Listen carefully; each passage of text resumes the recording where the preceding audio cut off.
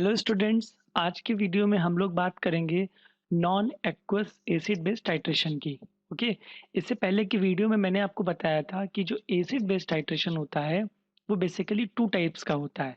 पहला होता है एक्वस एसिड बेस टाइट्रेशन, जिसमें हम लोग वाटर का यूज करते हैं, मतलब acid base titration in water. Okay.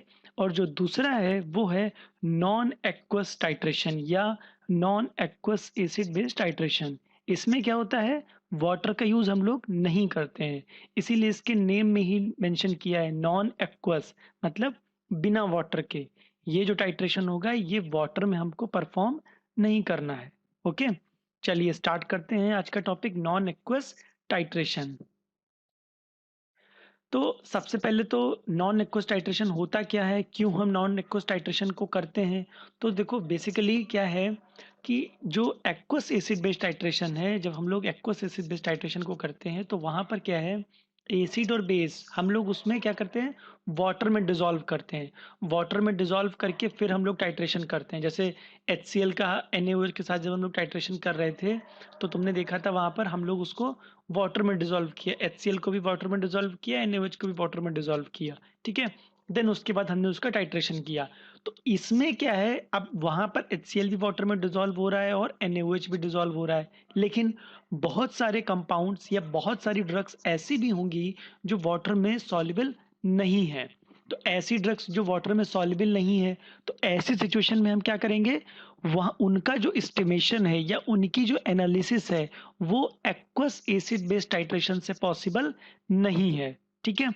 इसी तरीके से बहुत सारी ड्रग्स या बहुत सारे कंपाउंड्स या रिएक्टेंट्स इस तरीके के भी होते हैं जो वाटर के साथ रिएक्शन कर देते हैं। मतलब जब हम दो कंपाउंड को आपस में जैसे एसिड और बेस की रिएक्शन करा रहे हैं, लेकिन वहां पर होता क्या है कि उन दोनों में से कोई एक कंपाउंड ऐसा होगा जो वाटर के साथ साइड रिएक्शन दे देगा।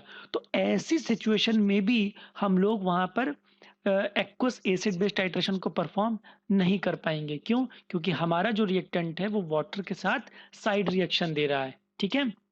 तो ऐसी स्थिति में भी हम एक्वस एसिड बेस्ड टाइट्रेशन को अवॉइड करेंगे। ओके।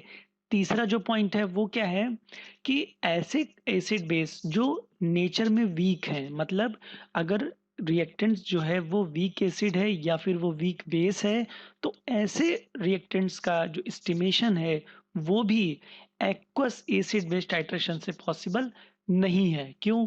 क्योंकि मैंने बताया था आपको कि वीक एसिड और वीक बेस क्या होते हैं, उनका जो 100% डिसोसिएशन है या जो उनका आयनाइजेशन है वो पॉसिबल नहीं होता है वाटर में। ठीक है।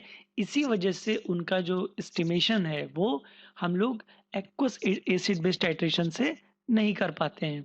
तो इन तीनों स्थितियों में हम लोग जो टाइट्रेशन को परफॉर्म करेंगे वो होगा हमारा non aqueous acid based titration या फिर नॉन एक्वस टाइट्रेशन। ठीक है।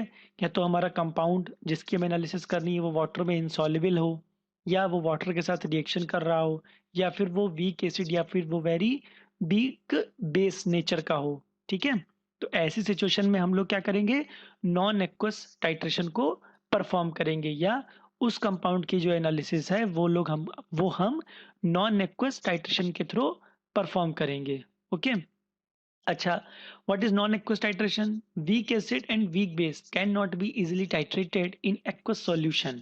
मैंने पहले ही बताया क्यों नहीं टाइट्रेट करे जा सकते हैं इजीली, क्योंकि वीक एसिड और वीक बेस जो होते हैं उनका 100% डिसोसिएशन नहीं होता है वाटर में, यानी कि एक्वस सॉल्यूशन में।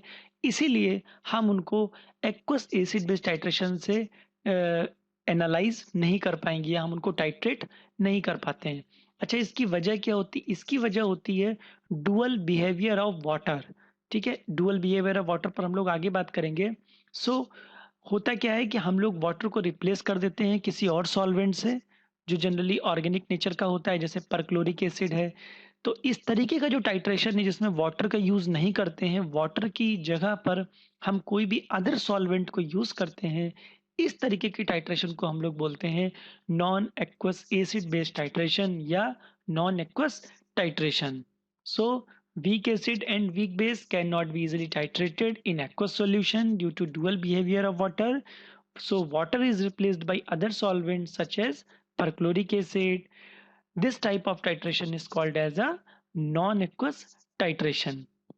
अब अगर हम बात करें डुअल बिहेवियर ऑफ वाटर, तो जब हमने एसिड बेस कॉन्सेप्ट जब पढ़ा था तो वहां पर ब्रॉन्स्टेड लॉरी कॉन्सेप्ट आया था। ब्रॉन्स्टेड लॉरी कॉन्सेप्ट या protonic concept of acid and base. तो उसमें क्या है, वाटर जो एक्चुअल में होता है, वाटर क्या होता है, वाटर एम्फोटेरिक नेचर का होता है। एम्फोटेरिक नेचर का मतलब क्या है, एम्फोटेरिक नेचर का मतलब ये है कि वो एसिड और बेस दोनों की प्रॉपर्टीज रखता है। ठीक है, तो इस सिचुएशन में क्या होगा कि वाटर प्रोटॉन डोनर की तरह भी एक्ट करेगा और प्रोटॉन एक्सेप्टर की तरह भी एक्ट करेगा। ठीक है, अगर प्रोटॉन डोनर होगा तो वो क्या होगा, वो एसिड की तरह एक्ट करेगा, और प्रोटॉन अगर एक्सेप्टर है तो वो बेस की तरह एक्ट करेगा। ठीक है, अब जैसे यहाँ पर क्या है, एम्फोटेरिक सब्सटेंसेस वो सब्सटेंसेस होते हैं जो एसिड और बेस दोनों की प्रॉपर्टी रखते हैं। ठीक है, अब जैसे यहाँ पर वाटर है, वाटर एम्फोटेरिक नेचर का है। ये जो वाटर है ये क्या है, ये प्रोटॉन डोनर का काम कर रहा है। ठीक है, इसको हम प्रोटॉन एक्सेप्टर का मान लेते हैं। ठीक है, अब ये जो OH माइनस है, ये OH माइनस क्या है, ये प्रोटॉन को एक्सेप्ट कर रहा है। ठीक, और H3O प्लस क्या है, प्रोटॉन को डोनेट कर रहा है। ठीक है, अच्छा एग्जाम्पल के तौर पर जैसे HCl है, HCl क्या है, स्ट्रॉन्ग एसिड है। तो स्ट्रॉन्ग एसिड को जब तुम वाटर में डिसॉल्व करोगे तो क्या होगा, आयनाइजेशन स्टेट में क्या आएगा, हाइड्रोनियम आयन बनेगा H3O plus plus Cl minus. अब यहाँ पर क्या हुआ, HCl एसिड है तो HCl ने क्या किया, प्रोटॉन को डोनेट किया है। ठीक है, किसको किया, H3O प्लस को किया है। ठीक है, तो इसीलिए क्या है, HCl प्रोटॉन को डोनेट कर रहा है। ठीक है, तो HCl क्या हुआ, एसिड हुआ। ठीक है, और यहाँ पर जो H2O क्या है, ये क्या हुआ तुम्हारा, बेस हुआ। बेस क्यों हुआ, क्योंकि ये इस प्रोटॉन को एक्सेप्ट कर रहा है। ठीक है, क्या बन रहा है, एक्सेप्ट करके हाइड्रोनियम आयन बना रहा है।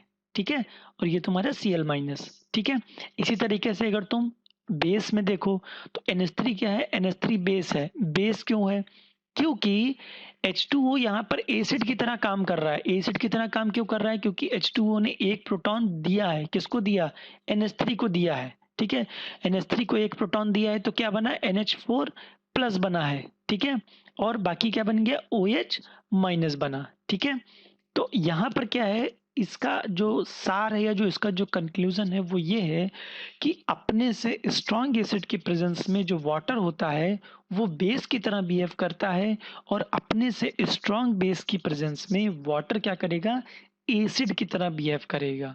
ठीक है, इसीलिए हम लोग ये कह सकते हैं कि वाटर जो है वो एम्फोटेरिक नेचर का होता है। इसीलिए यही जो है वो वाटर का डुअल नेचर है या डुअल बिहेवियर है वाटर का। ठीक है, वो एसिड की तरह भी एक्ट कर रहा है और वो बेस की तरह भी एक्ट कर रहा है। अब इसके बाद जब हम लोग नॉन एक्वस टाइट्रेशन जब हम लोग पढ़ते हैं तो बेसिकली जो इम्पोर्टेंट चीज़ें हैं वो ये हैं, सबसे पहले तो सॉल्वेंट। अगर हम अपने कंपाउंड का टाइट्रेशन कर रहे हैं या हम उसकी एनालिसिस कर रहे हैं, और वो टाइट्रेशन या वो एनालिसिस अगर हम वाटर में नहीं कर रहे हैं तो फिर आखिर हम किस में करेंगे, मतलब किस तरीके के सॉल्वेंट्स में करेंगे। अब देखो होता क्या है कि there are number of solvents are available, तो सॉल्वेंट्स को हमने क्या किया है, यहाँ पर 4 टाइप्स में हमने क्लासिफाई किया है। ठीक है, कौन कौन से हैं, सबसे पहला है प्रोटोजेनिक सॉल्वेंट। ठीक है, दूसरा प्रोटोफिलिक सॉल्वेंट, तीसरा एप्रोटिक सॉल्वेंट, और चौथा होता है amphoteric solvent. Protogenic, protophilic, aprotic and amphoteric solvent. Non aqueous titration में ये 4 तरीके के सॉल्वेंट्स हैं जो आपको अच्छे तरीके से पढ़ने हैं। ठीक है, अब वन बाई वन हम लोग इस पर बात करेंगे। ठीक है, सबसे पहले अगर मैं बात करूं प्रोटोजेनिक सॉल्वेंट की, तो प्रोटोजेनिक सॉल्वेंट्स क्या होते हैं, प्रोटोजेनिक सॉल्वेंट जो हैं वो बेसिकली एसिडिक नेचर के होते हैं।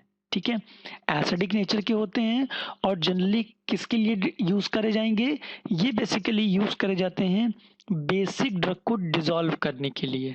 ठीक है, प्रोटोजेनिक सॉल्वेंट्स एसिडिक नेचर के होते हैं, एसिडिक नेचर के होते हैं, और बेसिक ड्रग्स को, मतलब जो बेस कैटेगरी के जो ड्रग्स हैं, वीक बेस कैटेगरी के जो ड्रग्स हैं, उनको हम लोग इस प्रोटोजेनिक सॉल्वेंट्स में डिसॉल्व करते हैं। ठीक है, एग्जांपल्स के लिए ग्लेशियल एसिटिक एसिड।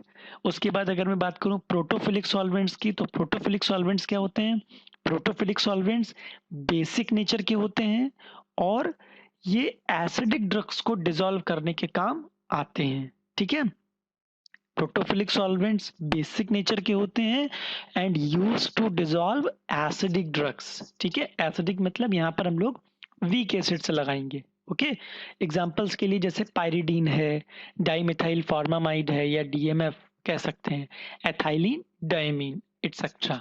ओके, फिर इसके बाद अगर हम बात करें एप्रोटिक सॉल्वेंट्स, एप्रोटिक सॉल्वेंट्स क्या होते हैं? एप्रोटिक सॉल्वेंट्स वो सॉल्वेंट्स होते हैं जो प्रोटॉन को ना ही एक्सेप्ट करेंगे, ना ही वो क्या करेंगे, डोनेट करेंगे। तो ऐसे सॉल्वेंट्स क्या होंगे? ऐसे सॉल्वेंट जनरली न्यूट्रल कैरेक्टर के होते हैं या न्यूट्रल नेचर के हम इसको कह सकते हैं। तो इस तरीके के जो सॉल्वेंट्स हैं वो बेसिकली यूज करे जाते हैं to dissolve the water insoluble drugs, मतलब ऐसी ड्रग्स जो वाटर इनसॉल्युबल है, वाटर में डिजॉल्व नहीं हो रही हैं, तो ऐसी ड्रग्स को हम लोग एप्रोटिक सॉल्वेंट्स में डिजॉल्व करके फिर हम लोग उसकी एनालिसिस करते हैं। ठीक है, तो एप्रोटिक सॉल्वेंट्स के एग्जांपल हैं benzene, toluene and carbon tetrachloride. और फिर लास्ट में आता है amphoteric solvents. What is amphoteric solvents? तो मैंने अभी भी बताया कि एम्फोटेरिक सॉल्वेंट्स वो सॉल्वेंट्स होते हैं जो acid as well as base दोनों की प्रॉपर्टीज को शो करते हैं। ठीक है, ये प्रोटॉन को एक्सेप्ट भी कर सकते हैं और प्रोटॉन को डोनेट भी कर सकते हैं, और साथ ही साथ लेवलिंग इफेक्ट को ये शो करते हैं एम्फोटेरिक सॉल्वेंट्स। ठीक है, लेवलिंग इफेक्ट क्या है इसके बारे में मैं आपको आगे बताऊंगा, लेवलिंग इफेक्ट क्या होता है। ठीक है, अच्छा, जो एम्फोटेरिक सॉल्वेंट्स के जो एग्जांपल हैं वो हैं वाटर है, एथेनॉल है, या अल्कोहल्स हम कह सकते हैं। ठीक है, तो ये बेसिकली 4 टाइप के सॉल्वेंट्स हैं जिसको हम लोग यूज करते हैं non aqueous solution, sorry non aqueous titration में: protogenic, protophilic, aprotic and amphoteric solvents. ठीक है, अब जैसे इसके बाद बात अगर हम करें कि सॉल्वेंट्स को हम सेलेक्ट कैसे करेंगे या हमें कैसे पता चलेगा कि हमको कौन सा सॉल्वेंट हमको सेलेक्ट करना है, तो जब हम लोग सॉल्वेंट को सेलेक्ट करते हैं तो कुछ उसमें कंडीशंस होती हैं। जैसे पहली कंडीशन है the analyte must be soluble in solvents, मतलब एनालाइट क्या है? जिसकी हमें एनालिसिस करनी है, जिसका हमें क्वांटिटेटिव एस्टिमेशन करना है। वो एनालाइट उस सॉल्वेंट्स में, मतलब जो सॉल्वेंट हम ले रहे हैं उस सॉल्वेंट में सॉल्युबल होना चाहिए। ठीक है, दूसरा दूसरा है nature of the drug. Nature of the drug के हिसाब से हम लोग सॉल्वेंट को चूज करते हैं, मतलब अगर हमारी ड्रग या अगर हमारा एनालाइट वीक एसिड कैरेक्टर का है तो वहां पर हम लोग बेसिक सॉल्वेंट को यूज करेंगे या चूज करेंगे, और अगर हमारी ड्रग वीक बेस कैरेक्टर की है या वीक बेस नेचर की है तो वहां पर हम लोग एसिडिक सॉल्वेंट को चूज करेंगे या उसको हम लोग यूज करेंगे। ठीक है, जो तीसरी कंडीशन है वो है अनरिएक्टिविटी।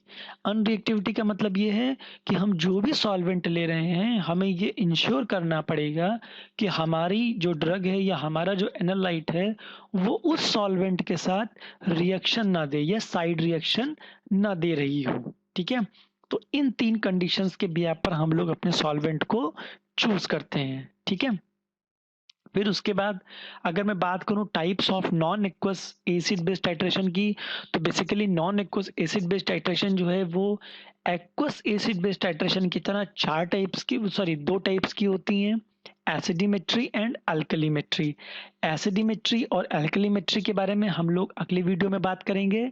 ठीक है, उस वीडियो में हम लोग इन डिटेल में बात करेंगे एसिडिमेट्री, अल्कलीमेट्री की, कि इसमें कौन कौन से सॉल्वेंट यूज करे जाते हैं, और साथ साथ इनके एग्जाम्पल्स के बारे में कि मतलब किस तरीके की ड्रग्स का हम लोग एस्टिमेशन एसिडिमेट्री में करते हैं और एल्कलीमेट्री में करते हैं।